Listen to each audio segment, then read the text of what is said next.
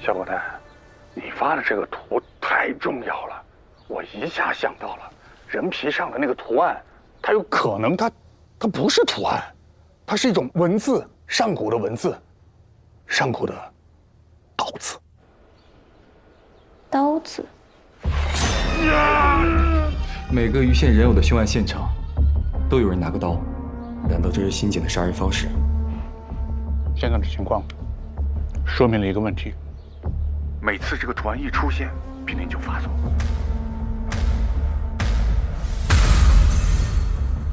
难怪娉婷疯了似的想逃出去。多人，你不要让我去杀人，把我关起来。和我叔叔一样，要去杀人。那咱们寸步不离的守着他，别让他有机会出去。他要是一辈子这样呢？而且我觉得手没有用的。为什么？你们发现没有？娉婷，她为了逃跑，不惜跳楼，3楼那么高，跳下来，万一摔死了呢？为什么跳得那么义无反顾？你们想一想，有没有一点点的可能啊？他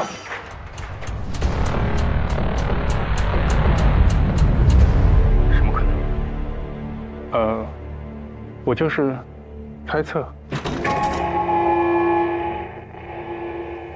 你们看啊，那个刘罗娉，这3个人，那有一个特点，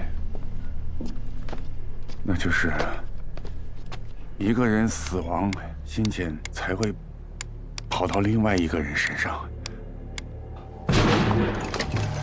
如果娉婷一直被你们关着，辛简就会觉得他没有利用价值了，所以他就决定要放弃。那他会操控娉婷自杀？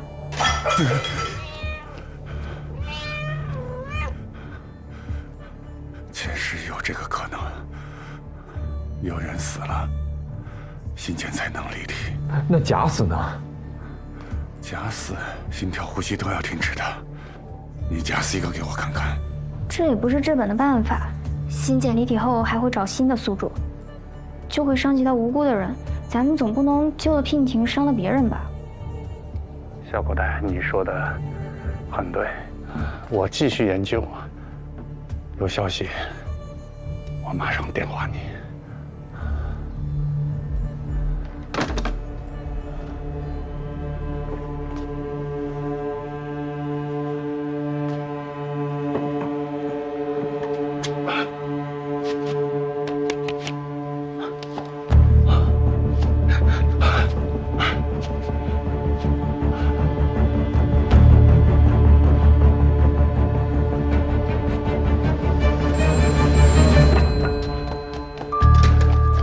喂，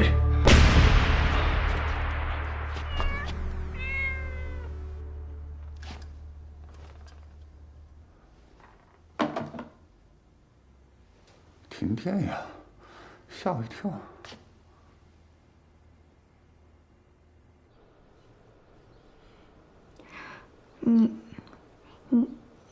你也别气馁，凡事往好处看。咱们现在已经摸到点头绪了。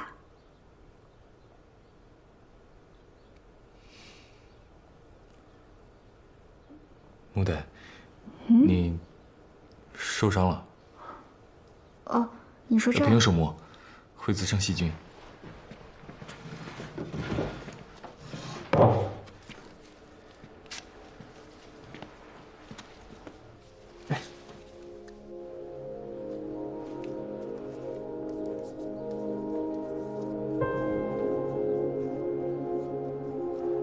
谢谢。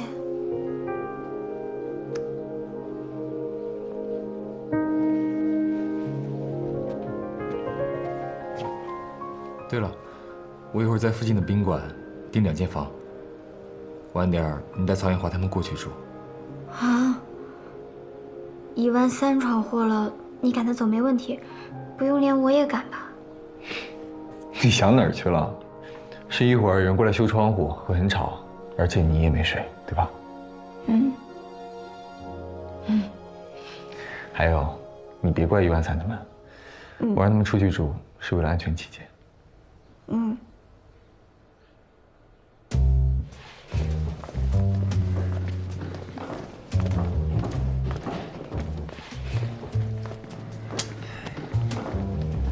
真是娉婷把我撞晕的。我这么精壮，她能把我撞晕？精不精壮的，你主要是糊涂，还吹什么10来岁混社会？你注意吧，容易让社会淘汰了你。你才被社会淘汰呢！大老远跑过来吃人家睡人家，还把人家弄得鸡犬不宁，你俩挺能耐啊！小老板娘，那咱们作为守法公民，看见少女疑似被囚禁，我们是不是就应该伸出援助之手？对，这意思罗润还得给你们颁个锦旗是吧？笑什么？从哪儿来回哪儿去。都怨你，你也有一份儿。如果娉婷一直被你们关着，欣姐就会觉得她没有利用价值了，所以她就决定要放弃。那他会操控娉婷自杀？那假死呢？假死，心跳、呼吸都要停止的。你假死一个给我看看。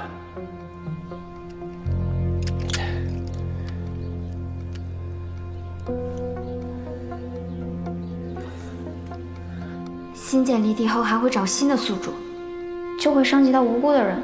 咱们总不能救了娉婷，伤了别人吧？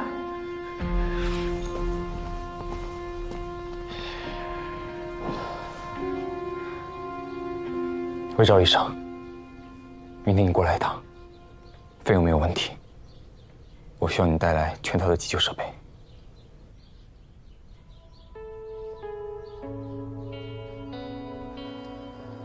我们这是去哪儿啊？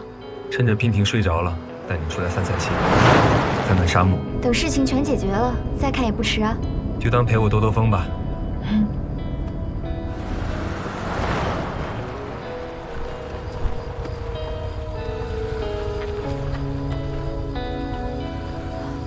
沙漠的晚上好安静啊。对，我特别喜欢开夜车。心烦意乱的时候，一个人兜一兜，能冷静下来思考问题。怕了？不是，我觉得车速是不是有点快啊？如果这是你人生的最后一刻，你会做什么？什么意思？罗振，前面没路了吧？啊！停车！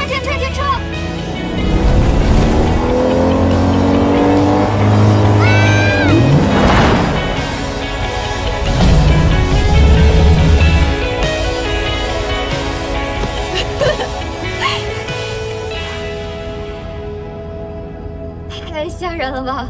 没啊，这是本地的经典项目，利用视觉误差体验生死过程。我刚才有点没准备好，再来一次呗。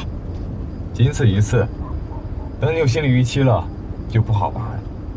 怎么样，生死之间走一趟，什么感觉？那当然是活着好啦，我可得珍惜生命，好好的活着，活到100岁。你会的。太刺激了！我从来都没有见过这么多星星，就好像是伸出一只手就能抓到一颗一样。星星离我们很远，它的光到达地球需要跋涉许多年。其实我们现在看到的，是它很多年前发出来的。比如那颗，它现在可能已经死了。照你这么一说，好像天上挂着的星星都是骸骨一样，所有的星光都是灵魂。你以前经常来这儿看星星吗？带娉婷来过。我跟娉婷没有血缘关系。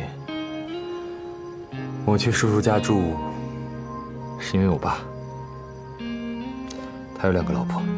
2个老婆？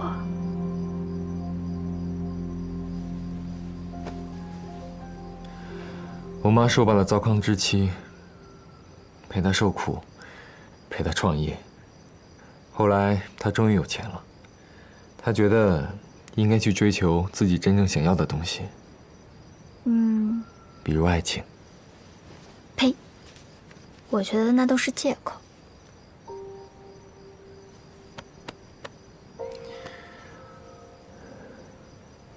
后来，他终于进了门，没敢领结婚证，但是婚宴大办，比我妈家的还风光。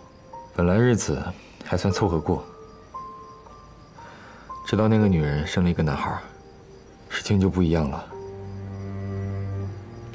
那一年我发生2件事情，一件事我差点被车撞死，另一件中毒，去医院洗胃。那是不是那个女人干的？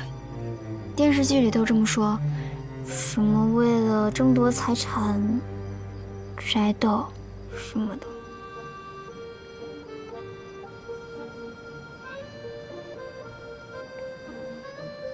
我妈也这么觉得。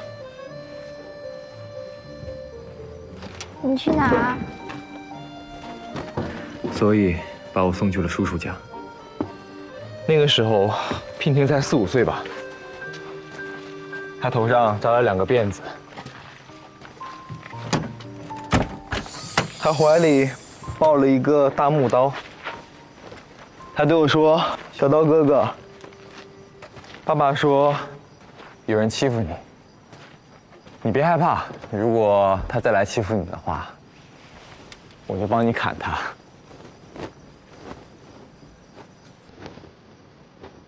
罗文淼是我叔叔，但是我觉得他更像我的父亲。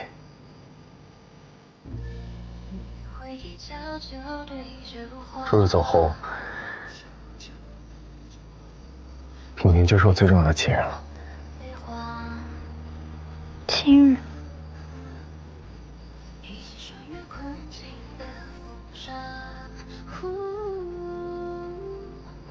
我叔叔说，让他自己不要杀人，我没做到。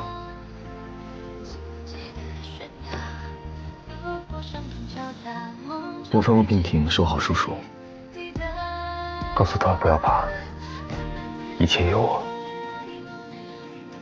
结果娉婷疯了。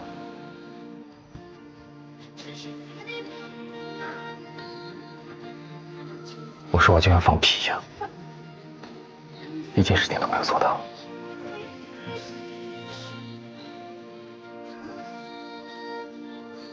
所以这一次，我不希望娉婷再受到任何伤害了。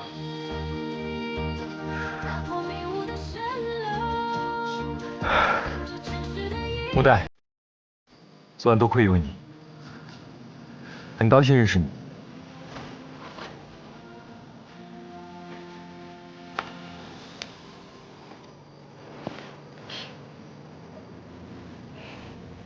也不知道是谁啊，我刚认识的时候，拿着刀架在我脖子上，好像一点都不高兴认识我。你还记得呢？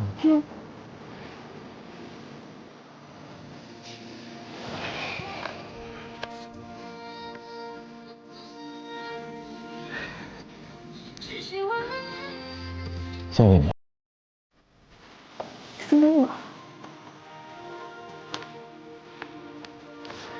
以后你再想起这茬，就把刀拿出来，放在地上踹2脚，解解气。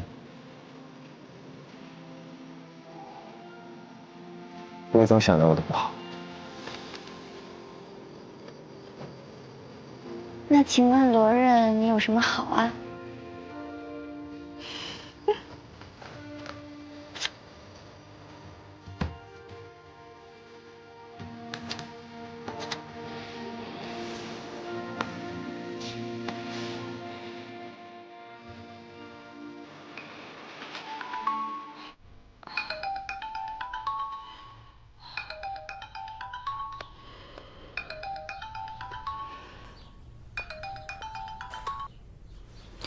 喂，郑博。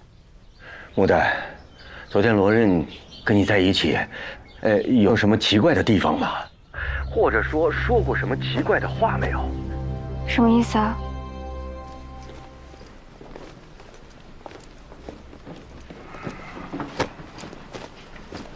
人家就走了。告诉你啊，这毒妇现在正在气头上，咱们得先顺着她换个地儿等着。知道这叫什么吗？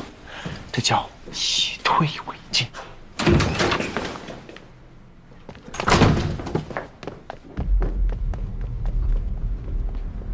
跟上。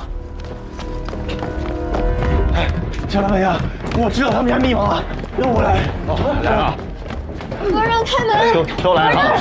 让我来密码。密码他已经换了，你打不开的。罗让开门！老爷，开门！怎么办？怎么办？这会儿别让我赔钱啊！滚死了！千两黄金不外道，十字街头送古胶。今儿我就露手黑的，门防君子，不防小人，瞧玩意儿吧。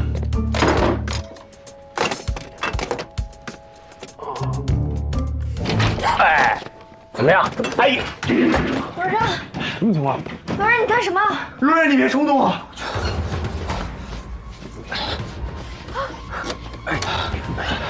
罗爷，你做什么？你在？哎，罗爷，你，罗爷，你别说话！郑伯，大夫准备好了吗？哦，就在隔壁呢。医生，来。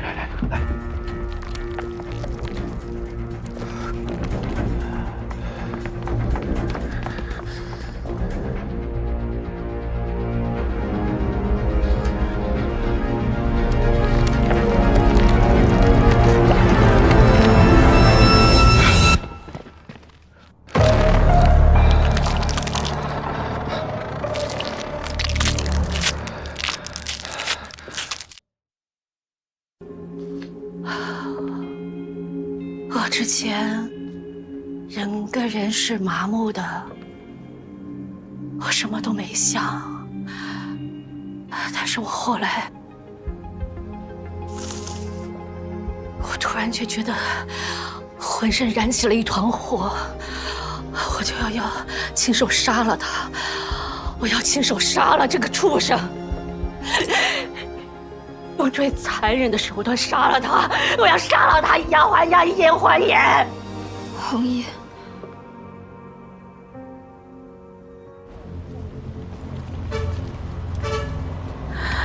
他那天晚上没有回家，去了长途客运站。我一直跟着他，买了同一辆车票，上了同一辆车。仇恨真的可以瞬间改变一个人，我居然可以那么镇定地伪装自己，跟踪尾随，一直没有被他发现。就这样2天2夜，几次3番转折，最后到的地方是大同。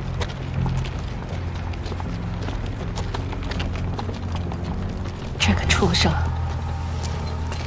做下这么残忍的事情，他还能够心安理得的去吃饭。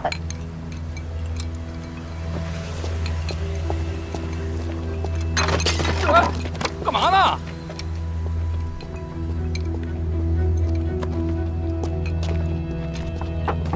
付一下钱。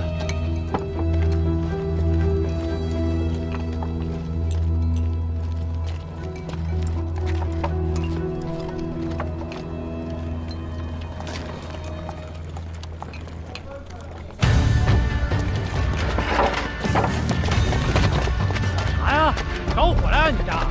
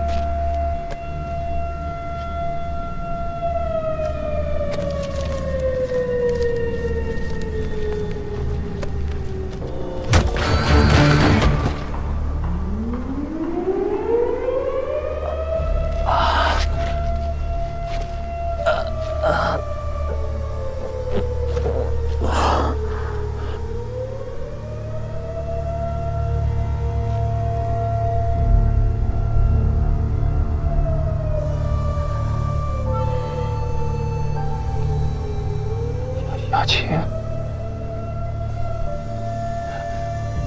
怎么会是你？怎么会是我？你说为什么会是我？我做了什么对不起你的事情？你为什么要杀了我？你连家人都不放过，你为什么要杀他们？为什么？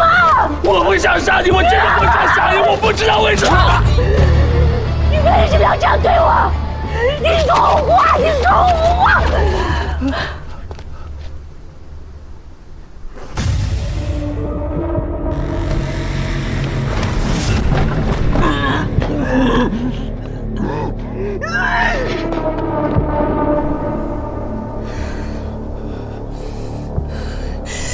你这个恶魔，去死吧！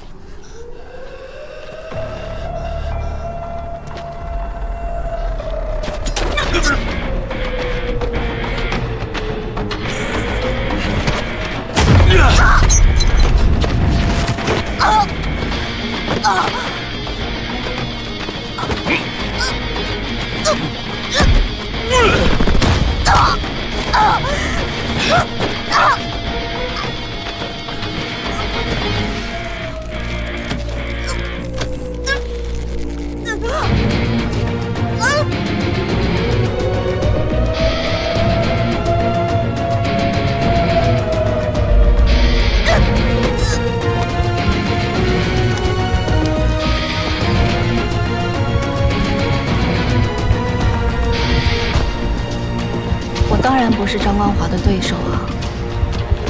后来体力逐渐不支，但也许是我亲人在冥冥中保佑我吧。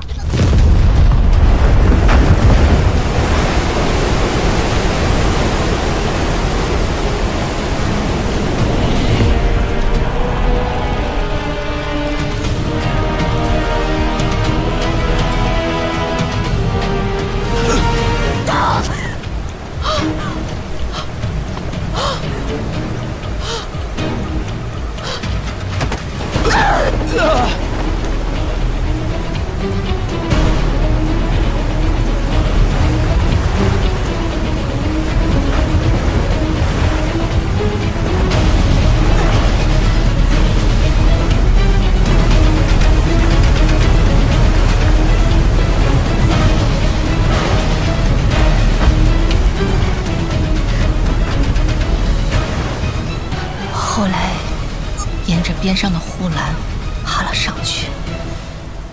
我在那儿坐了一夜，也想了一夜。我没有杀人，但是张光华的死是我间接造成的。而且我一旦回去，那势必是要跟警方说明一切，那我和张光华这种不正当的关系就要曝光。在那个年代，那个小地方，风言风语是要人命的，就连我死去的父母都会被人说闲话。天亮之后，看着太阳升起，我突然觉得老天已经给了我重生的机会。所以，你想到猫云霍子红的名字？凶手也死了，家人的仇也报了，李雅庆过去的一切都不存在了。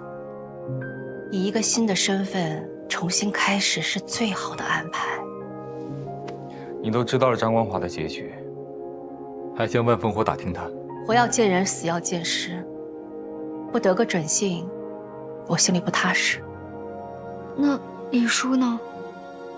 你没有想过他吗？没有，完全没有。我跟李坦的交往，只是为了让我爸高兴。所以你从来都没有喜欢过李叔，只是逢场作戏吗？那你跟李叔也是这么说的？我看他刚才好难过，一句话都没说就走了。红姨，你不觉得这样太过分了吗？他会觉得自己半辈子的坚守只是个笑话，你骗骗他也好啊。就是因为李坦蹉跎了一大半辈子，我不希望他再继续为我这种不值得的人浪费人生。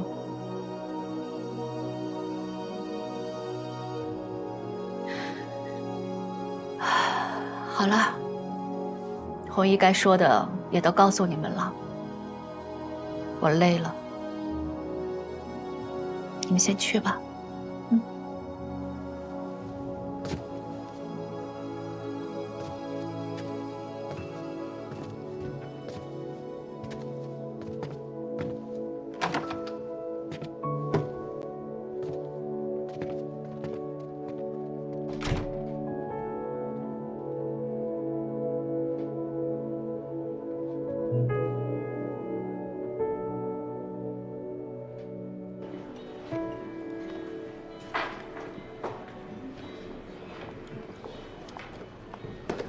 你也不用为李坦感到难过，爱或者不爱掩饰不了，他总会知道真相，他也有权知道。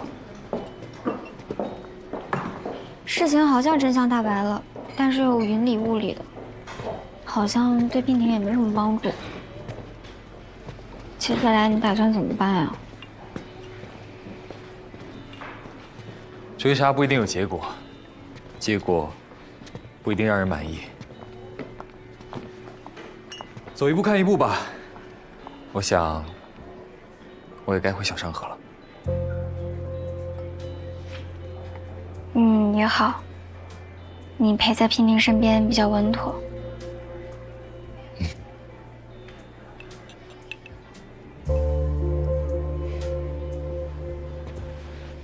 很高兴认识你，下次见。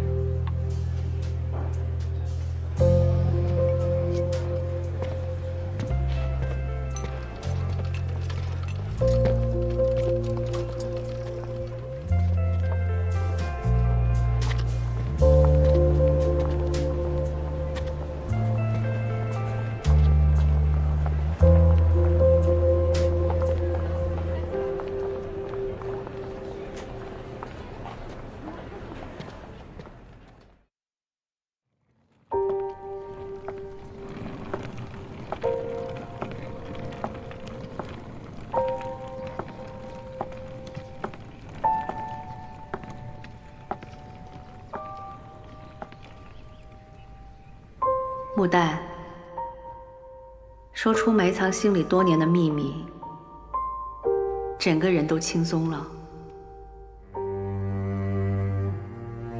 可一想到，因为我的懦弱和逃避，让那么多人陷入不幸，甚至蹉跎半生，又为这份轻松感到羞愧。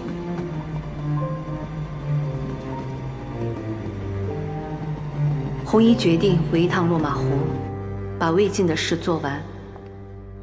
不用为我担心，我会照顾好自己。也应当有这份勇气，直面过往、当下以及未来。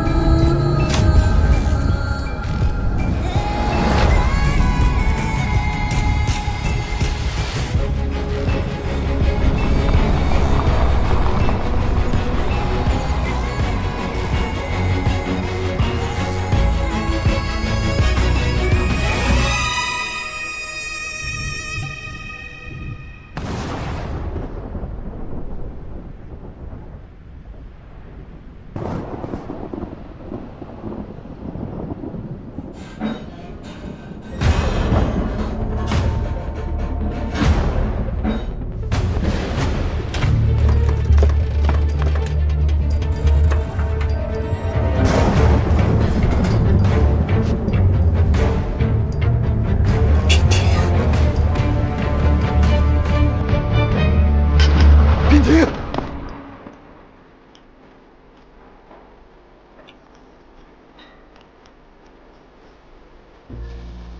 红姨也不让我去找他，罗人还不回消息。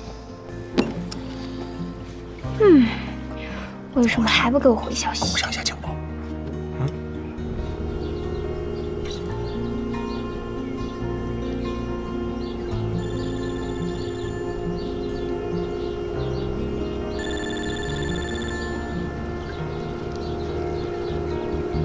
喂，喂，罗任，不好意思啊，回来之后一直忙聘婷的事情，没太注意手机信息。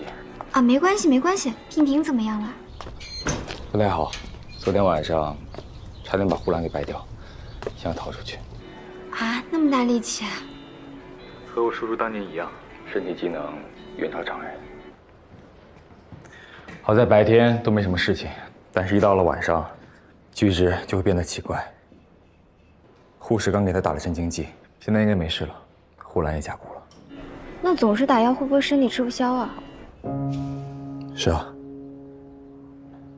不是长久之计。但现在除了守着他，我也没有其他办法。那怎么办呀？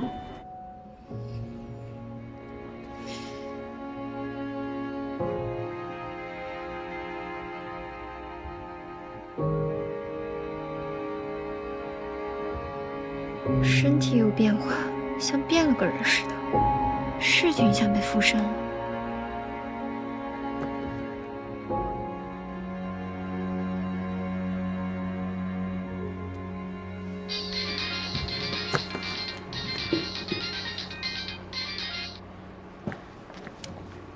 喂，喂，万叔，你还记得我吗？我是穆代。哎，记得，穆小姐。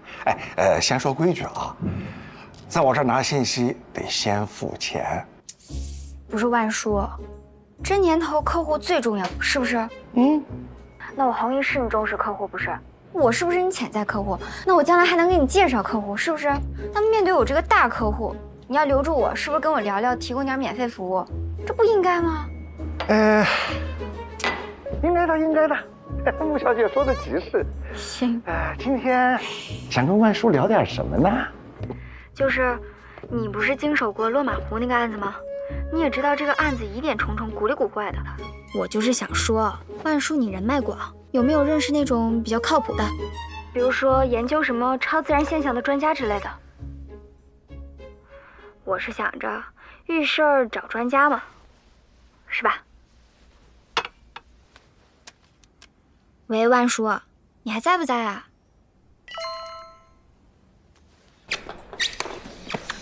这快递单号呢？这能是快递吗？谁送的？匿名的，不会是爱慕者送的吧？是我早上看放门口没注意到。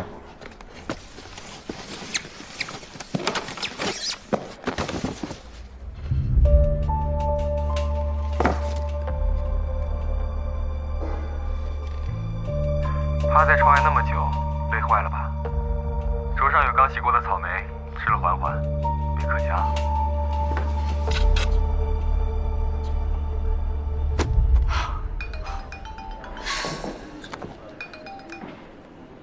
李叔，催眠挺管用的，画像画出来了。是吗？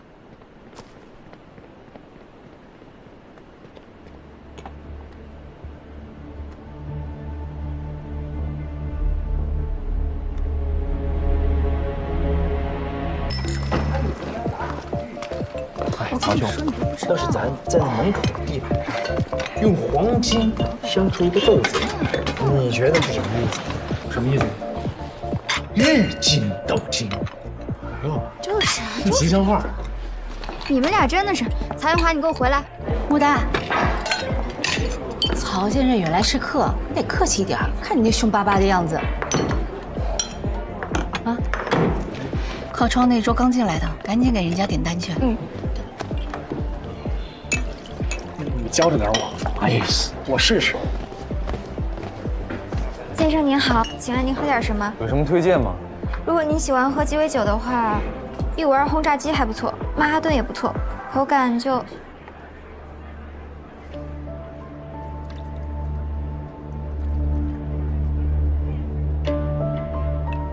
你刚刚推荐那几款酒，口感怎么样？我们换个地方说好。不好意思，我是来喝酒的，不是来跟你说话的。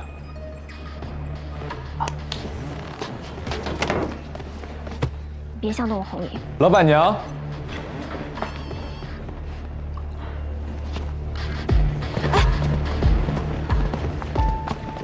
红姨，他是罗刃。霍童是吧？你还记得我吗？我叫罗刃。咱们曾经是邻居。邻居？你忘了吗？我家住在落马湖陈前巷11号。我记得有一年下大雨，你家漏水，我爸还帮你修过雨棚呢。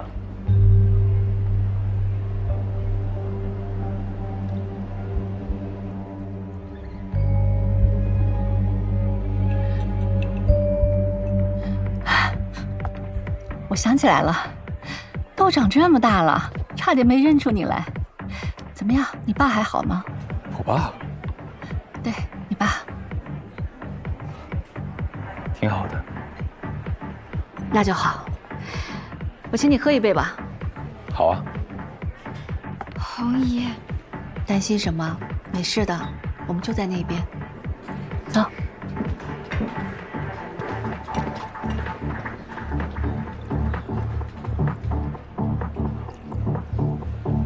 真是邻居。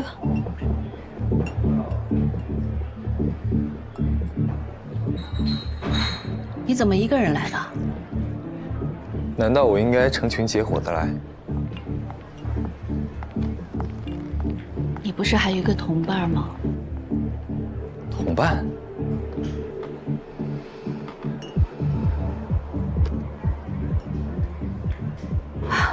小商河，半夜羊汤，你还为了你的同伴打晕了李坦，你不记得了吗？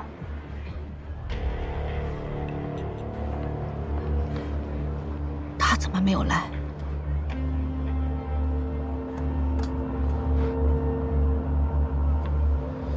你好像很期待他过来啊。他还没死吗？活得挺好。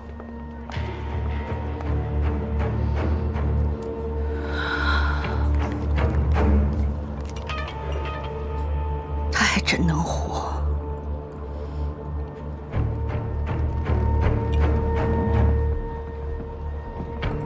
你知道落马湖岸的真凶是谁，对吧？你也不是真正的霍子厚。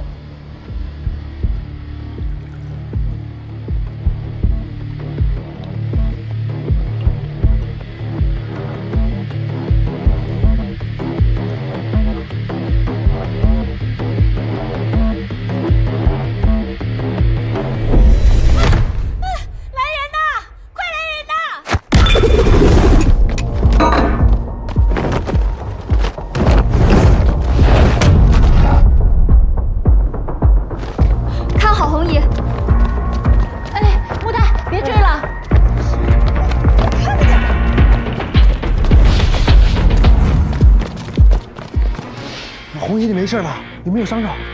哦，我没事儿。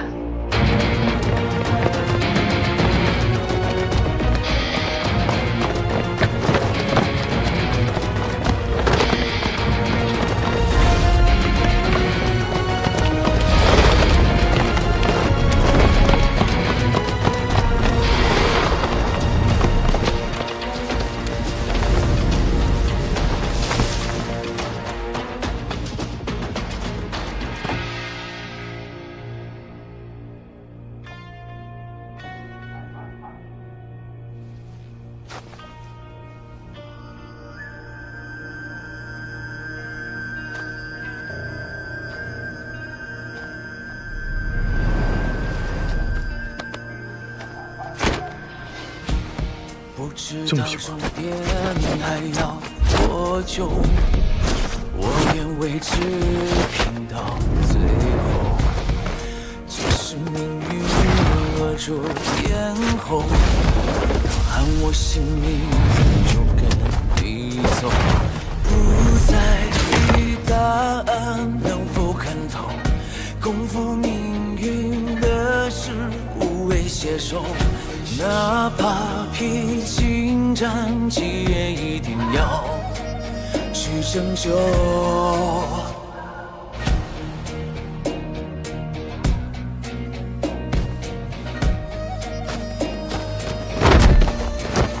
那未知的冒险与迷梦，终将会有收复时候，让我们执着，就算不烈火一起战斗，在梦魇之后，害怕什么？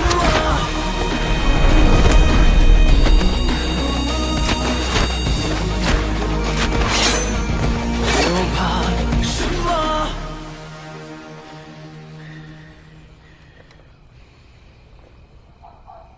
有什么意义也没有。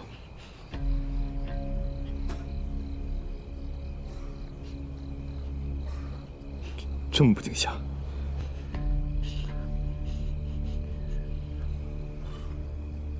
木代，我可以放你走，但我有几句话，请你仔细听。第一，我知道刚才的情形很像是我攻击了霍子红。但你亲眼看到了吗？第二，我调查过霍子红，他家境不好，父母是菜贩子，小学2年级就辍学，帮父母出摊卖菜。回去观察你红衣，像吗？第三，我现在放你走，但你不许回头。如果回头的话，别怪我改主意。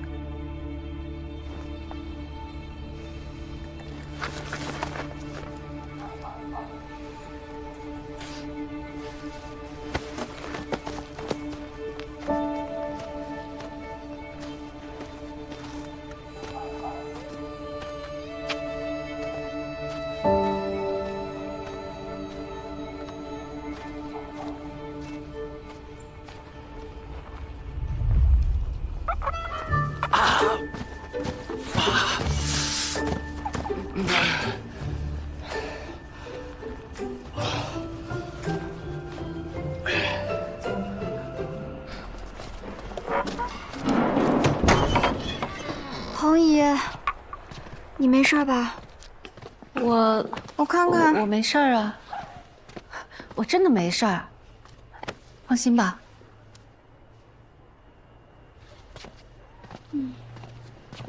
妹妹，小老板娘，你没事吧？啊，那人怎么样啊？啊，没受伤，没抓住，打不过，让他跑了。来，休息。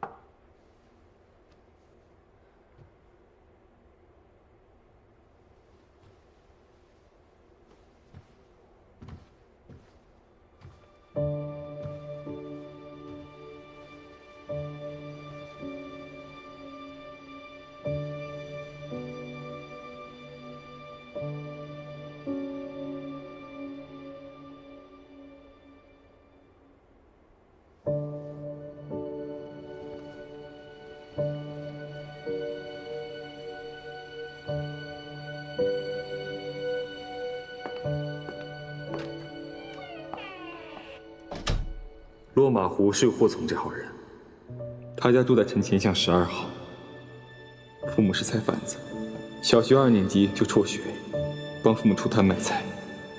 回去观察你红衣，像吗？能把你打成什么样啊？他那么厉害吗？毕竟是练家子，这年头难得遇到一个练武的人，他师傅一定是个高手。哎呦，这都打上了，你这个案子以后就更难查了。我倒是觉得会越来越顺畅，大家看品行，看修行。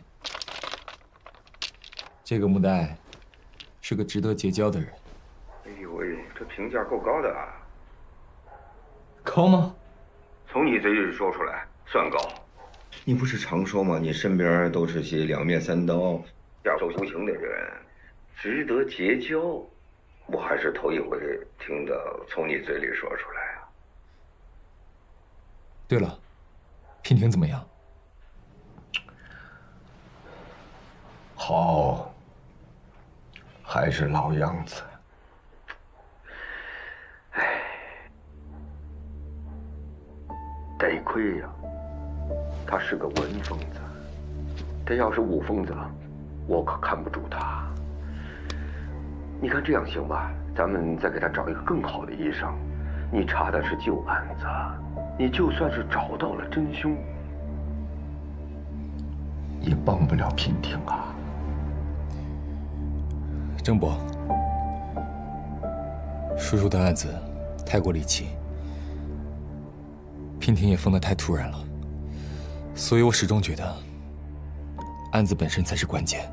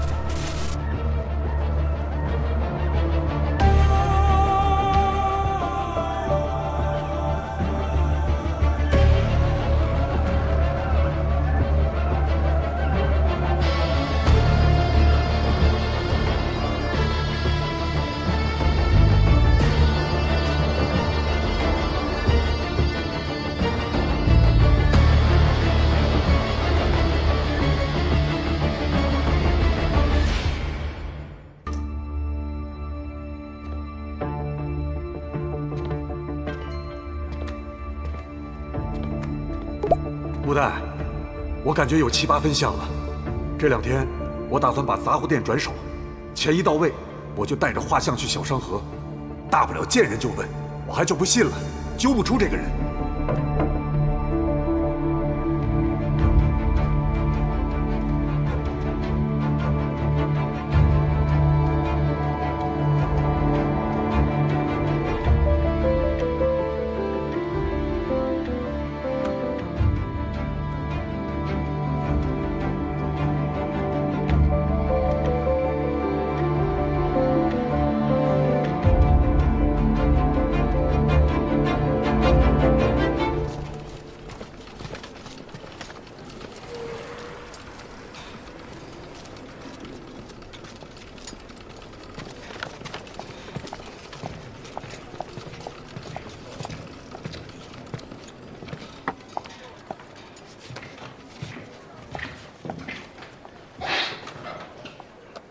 很会选地方，内外都有摄像头，人也很多，还懂得保护自己。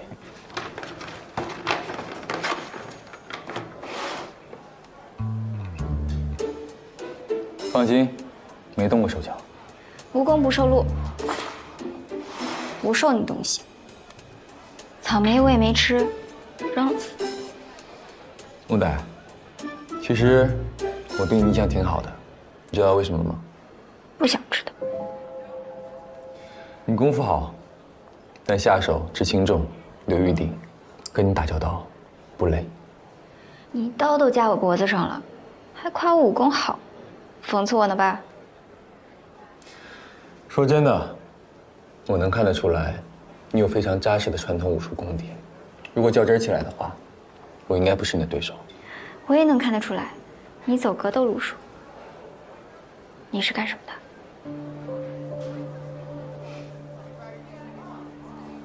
无所谓，我也不想知道。你是来谈落马湖的案子的吗？那我有个要求。你说。有2种人会对勒马湖这个案子保持关注：亲友和凶手。3路人朝万烽火买消息，我弘毅和李坦是亲友。你呢？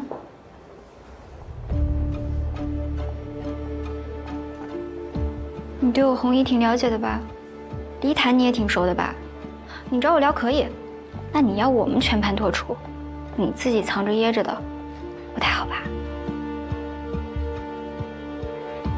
我很忙哦，你要不说我可走了。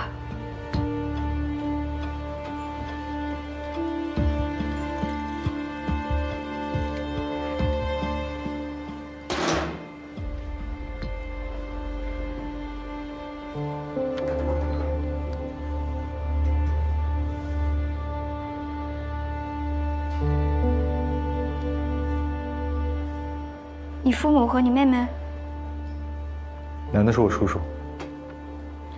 我叔叔叫罗文淼，是个历史学家。叔母去世之后，他为了专心研究地狱史，带着女儿娉婷搬到了小长河。大概2年前，叔叔忽然失踪了，娉婷报了警，我也帮忙回来找。可没过多久，叔叔突然自己回来了。叔叔，爸，没事吧？没事。问他去了哪儿，他说是龙马湖。叔叔经常去外地出差做学术拜访，我就没在意。可当天晚上，发生了一件奇怪的事情。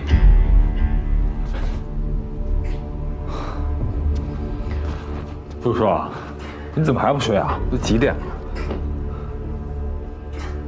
叔叔，罗人，不要让我去杀人，把我关起来。什么意思啊？我也不知道。我一直追问，可他却表现得像是从来没有说过这句话，就好像跟我开了个恶意的玩笑。可能是这一幕印象太深刻了，我一直有所防备，所以我每天晚上都反锁大门。叔叔，我进来了。白天叔叔外出的时候，我也尽量跟着。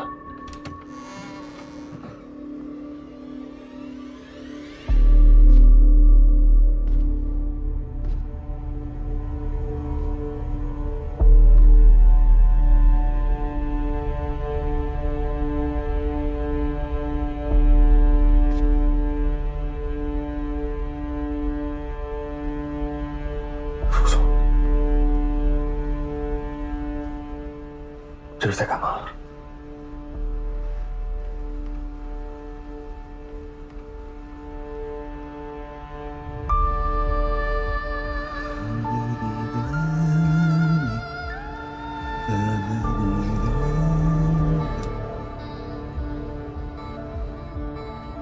后来几天都很平静，我就放宽了心。可没想到，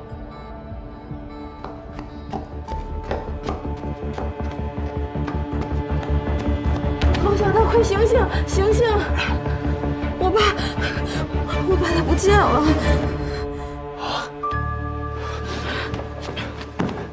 你不是反锁大门了吗？翻墙走的。你相信吗？我叔叔50多岁，肩不能挑，手不能提，连自行车都骑不好。他居然能翻过4米多高的围墙，而且我觉得那个人满头白发，应该好对付，可我没想到他力气如此的大。我立刻追出去，途经一条小巷，巷子里有一户着火了，里面有人在厮打。你去看了？屋里的景象很惨。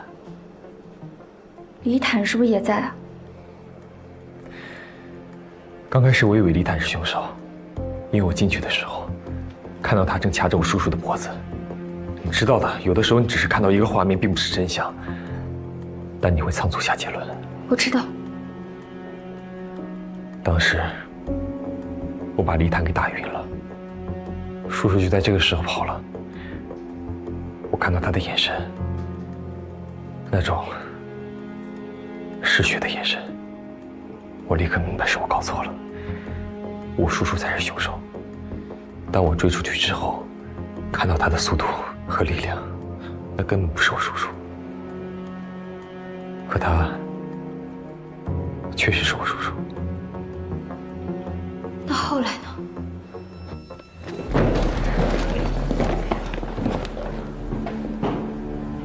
罗小刀，我爸他怎么了？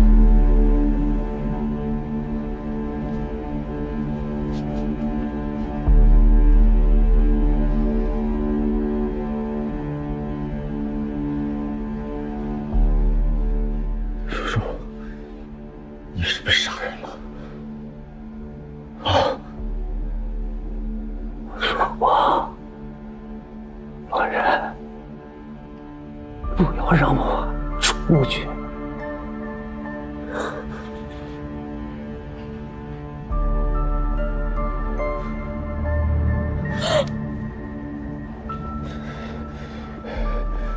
平宁，把绳子拿来，快！我把叔叔绑起来，先去找李坦，他是现场唯一的目击者。我得问清楚，到底发生了什么事？刚发生了什么事儿？谁杀的人？抓住了，终于抓住了，抓住了。说什么？月清，终于抓住了。你说清楚！告诉你的山里，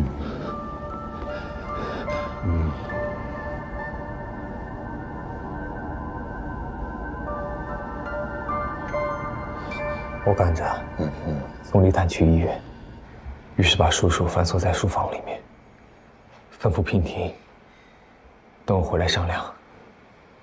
伊坦误会大了，回去我跟他解释解释。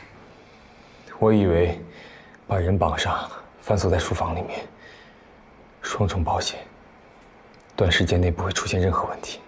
我已经尽最大速度赶回来了，可没想到，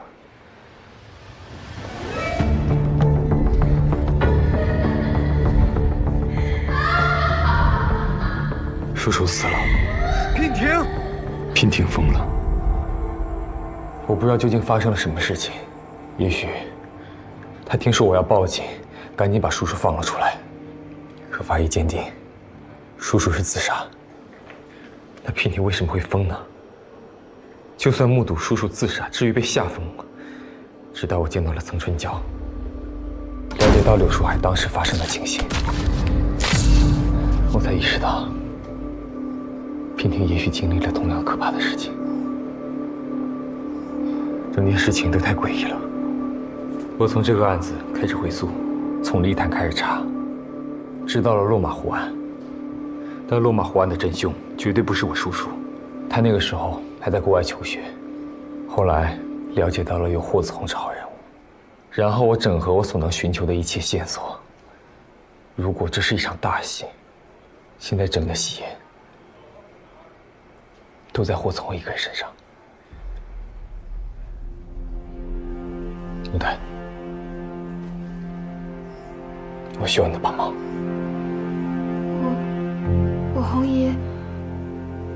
我红姨不可能是凶手。他也许不是凶手，但他一定知道凶手是谁。那你有什么证据？你还记不记得昨晚我们在后面聊了一会儿，他上来就问道：“他没一起来吗？”那个他是我叔叔，我叔叔当时就已经死了，一个死了的人，怎么可能做到一起来呢？他还没死吗？活得挺好。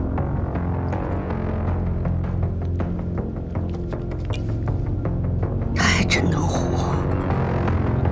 我意识到，我们在鸡同鸭讲。我们说的是同一件事情，但聊的不是同一个人。他说的不是我叔叔，而是真正的凶手。他的语气让我觉得他跟凶手打过交道，于是我扎了他一下。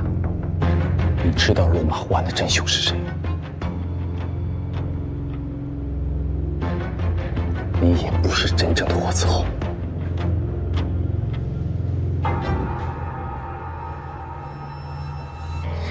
接下来他什么反应，你也看到了。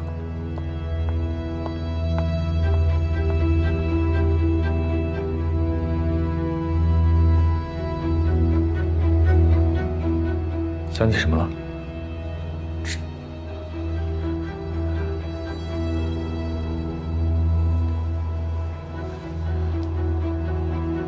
张光华。张光华是谁？张光华是我红衣在万烽火那儿背的第二个案子，他也是落马湖人，而且之前跟李亚青住过同一栋楼。后来，落马湖的案子发生不久，他就失踪了。再后来，他的贴身物件被发现在大通的颐和滩那儿，好像人是遇难了。大通。大通。地名怎么这么熟啊？我好像在哪儿看见过。刘书海翻车落水的地方，对，就在大通。对。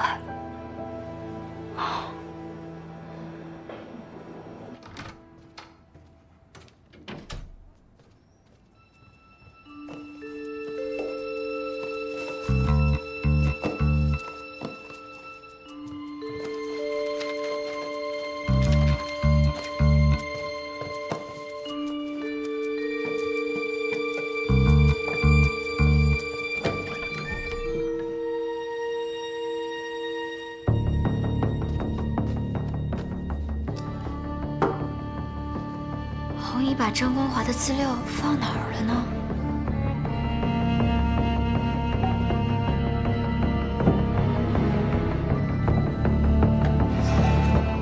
我不知道啊，我一下午也没见到木袋了。行，那你再找找吧啊，哎。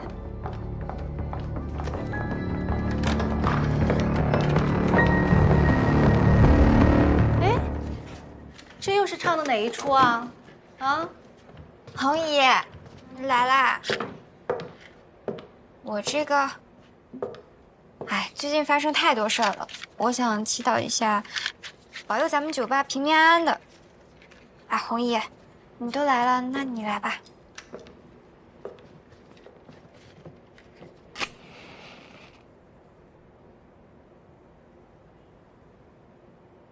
好了。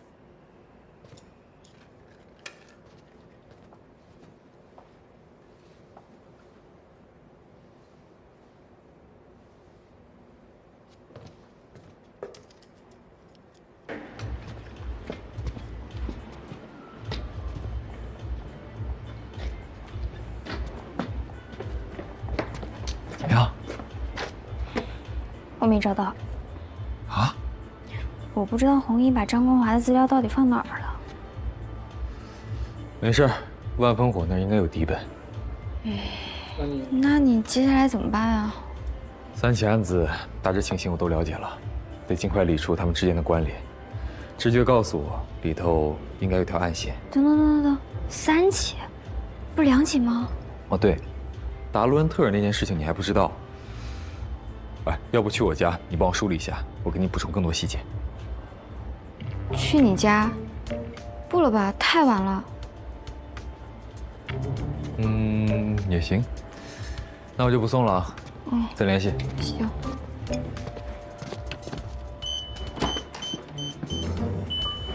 不是，你住这儿啊？那我这……请进。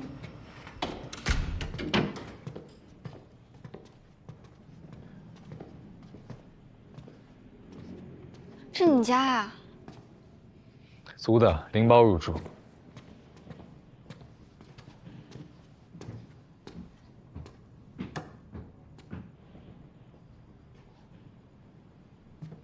来啊！去哪儿？房间。啊？哎，资料在我房间。哦。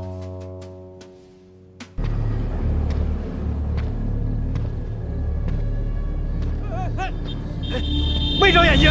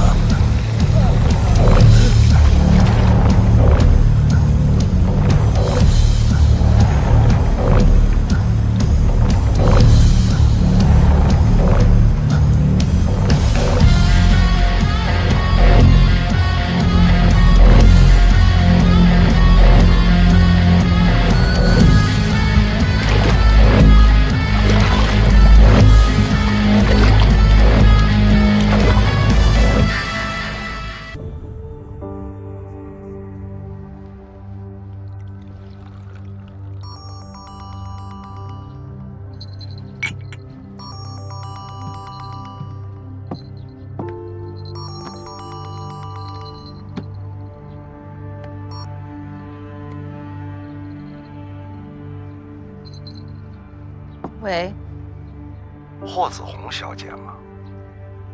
我是。你查的落马湖案有消息了？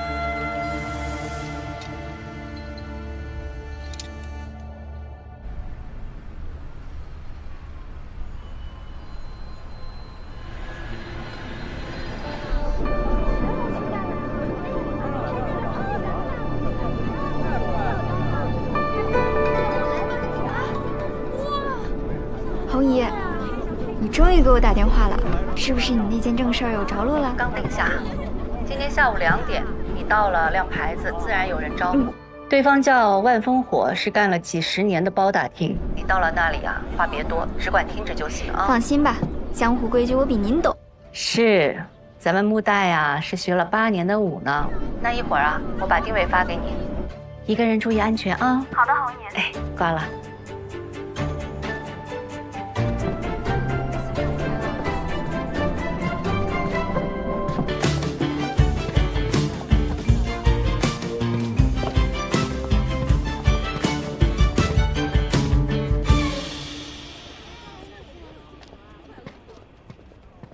咱们一会儿再去看个电影。好。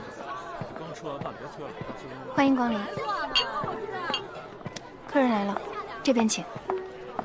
电磁能量今日1点再创新高，通信、电力等相关领域或将受到影响。怎么形容我们这个行业呢？就好比这个簪子，有2个人，一个人呢问我要老银做的凤凰簪子，还有个人说我要红宝石做眼的凤凰簪子，但是我没有簪子。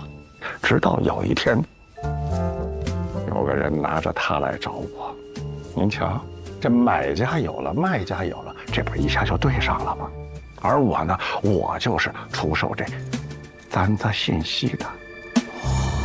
有事儿赶紧说事儿，大老远来的，没空听你在这吹水。哎呦，李先生，您稍安勿躁，我这次的信息量是特别的大，一定保您物超所值，钱不白花。马先生，哎，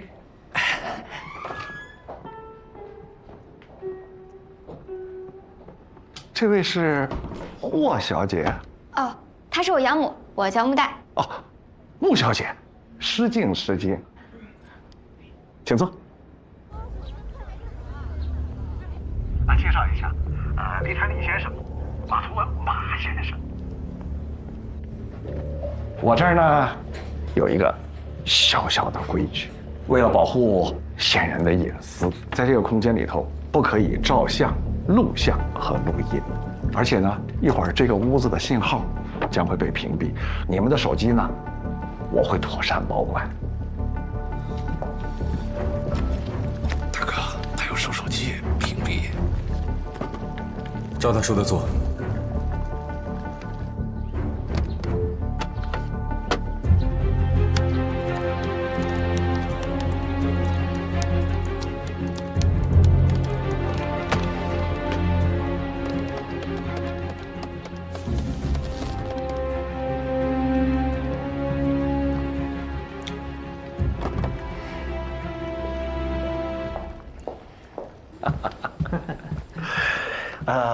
各位，这就屏蔽了啊。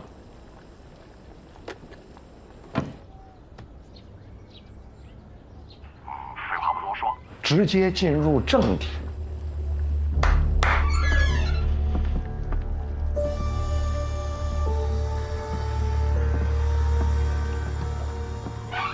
介绍一下，岑春娇，这次的信息提供者。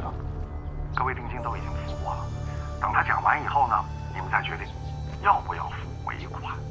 各位可以质疑他所说的真实性，如果有什么疑惑的话呢，我们按老规矩投票表决，少数服从多数。如果半数以上的人认为信息是值钱的、有用的，那么各位爽快的付钱。那就开始吧。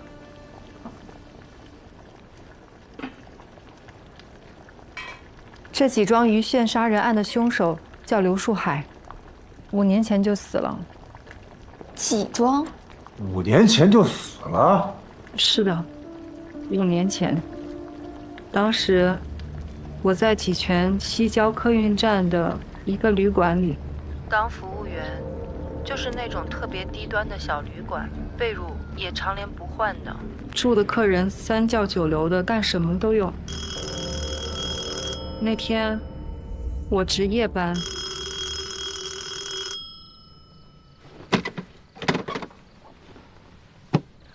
喂，前台吗？203，要喝点水。嗯，好。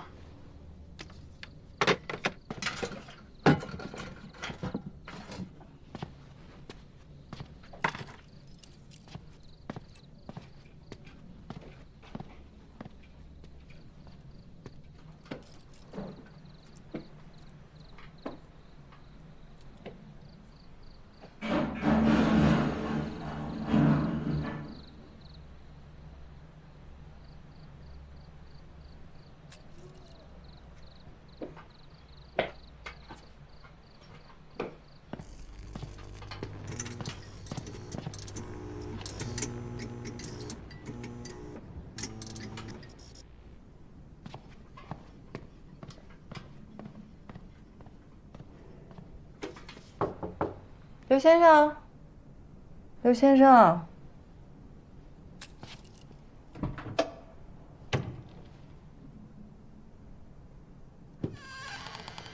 进屋之后那场景，我这辈子都忘不了。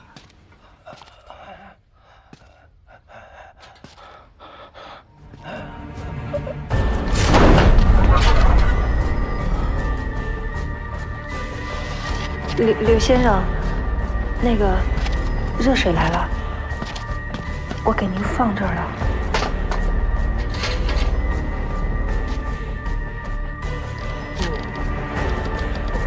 刘先生，我扶你。哎呀，你没事吧？你没事吧？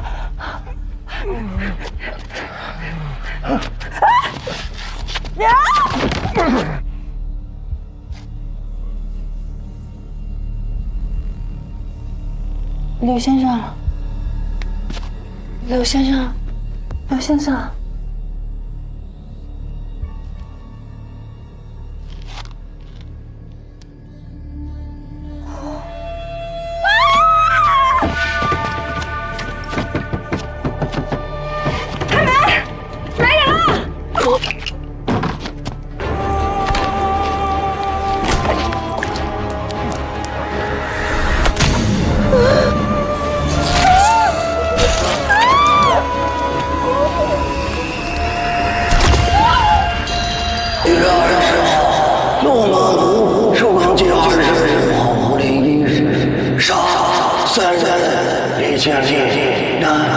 59岁，吕秀英，女，55岁，李亚琪，女，23岁。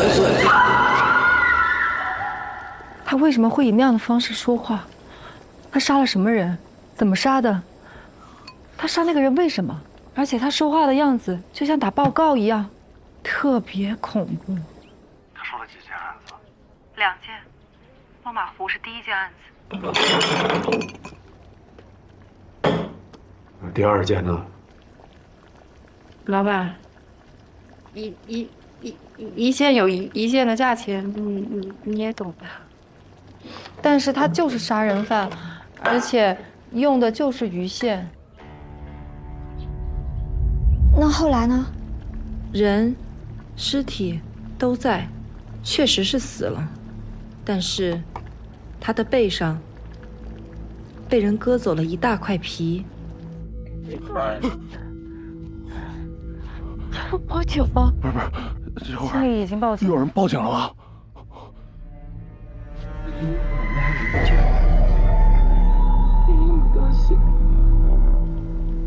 人皮是被割走的，你跑出去之后有人进来过啊？没有任何人进来啊！而且那个走廊是个死胡同，我就站在那里，我根本没有看到任何人进出。那你凭什么说那块皮是被人割走的？因为那个伤口的边缘特别光滑，那肯定是人为的，而且是利器割的。利器割的？啊！我的个乖乖！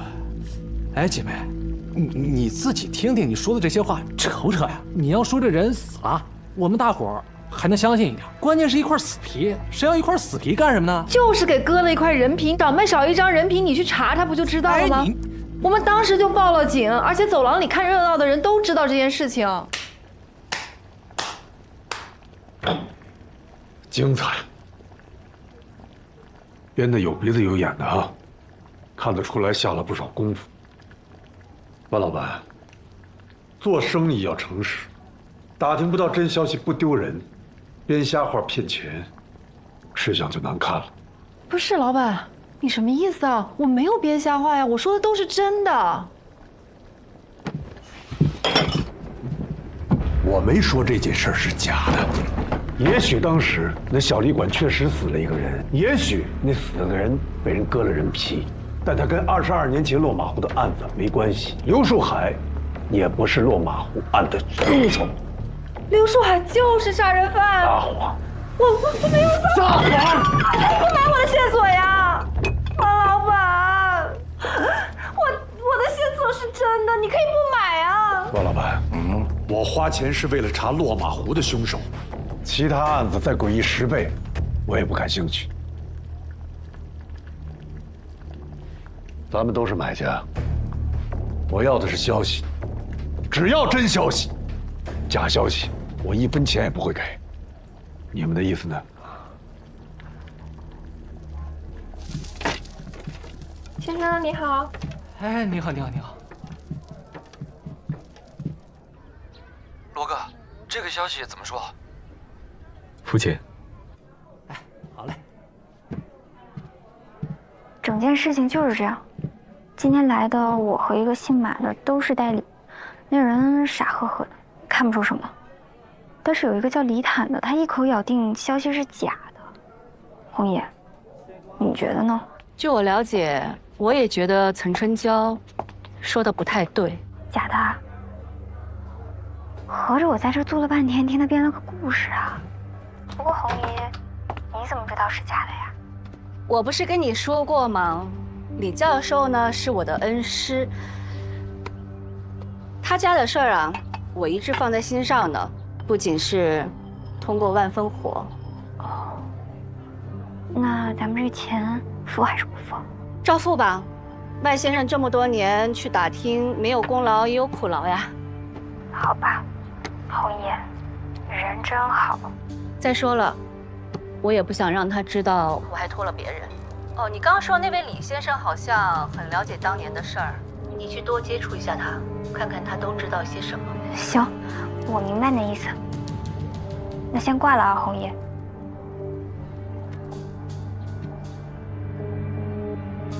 还有余县杀人，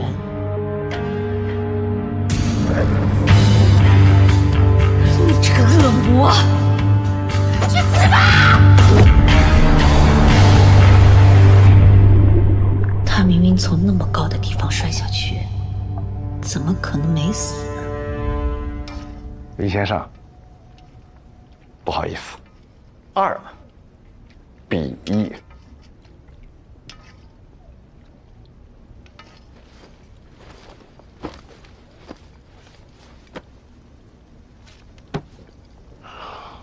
万烽火，能搞到真消息，我命都能给你。这钱你收着亏心，我花着不值。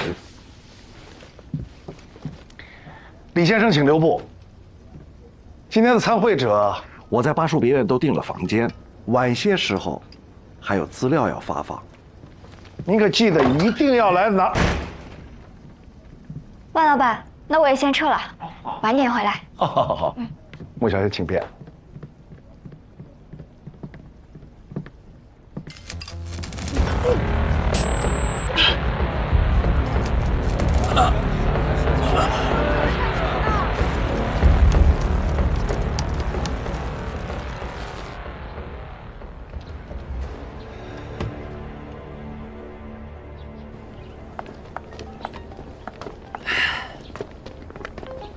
哎，罗哥，不要回车那儿。啊？为什么？照我说的做，往你的左手边走，右拐进商场。哎，罗哥，我现在已经到商场了。怎么说？继续往下走。继续往下走。你被跟踪了。我被跟踪了？快跑！好。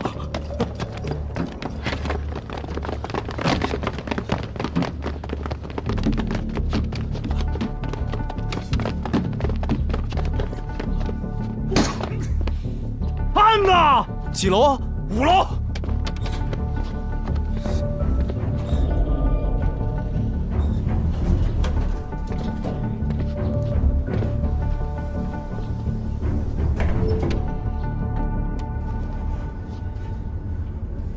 有病吧？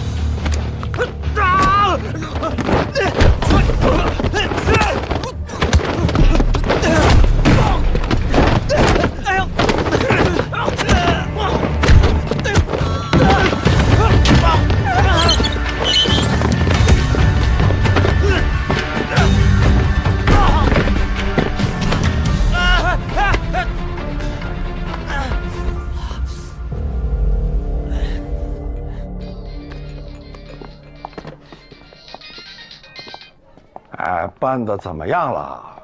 这么长时间？万老板有规矩我知道，但规矩都是人定的，没必要认死理。摄像头是我放的，以后不会再用。还有，你的生意我没什么兴趣，请你以后也不要过来找我。懂，我都懂。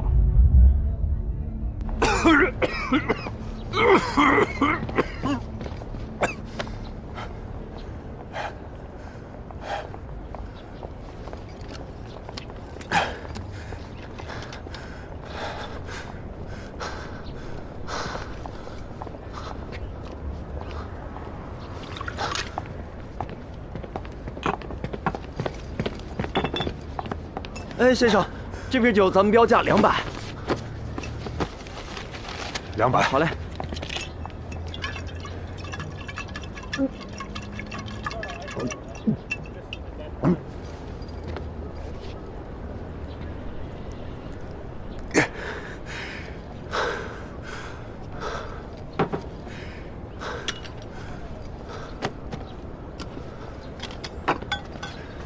亚轩，你放心，他们都在糊弄你，我绝不会糊弄你，我一定会把他们揪出来，揪出来。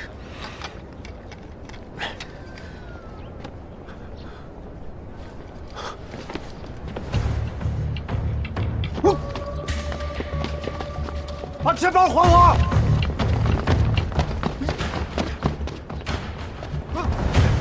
站住！哎，回来！把钱包还给我！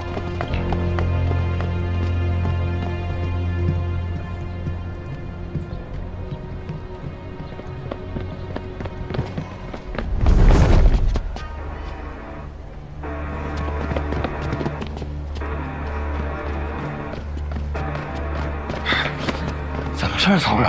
练架子、扎手，就他，别大意，咱俩一起上。钱包还我！哎，都2回了，咱俩跟拴上了似的。今儿这档子事儿和您没关系吧？不该您管的事儿您偏管，你懂规矩吗？啊！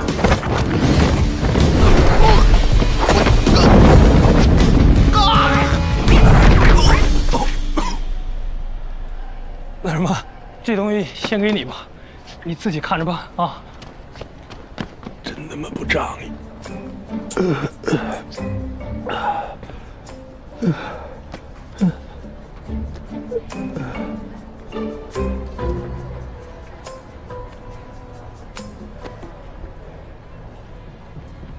把钱包还我！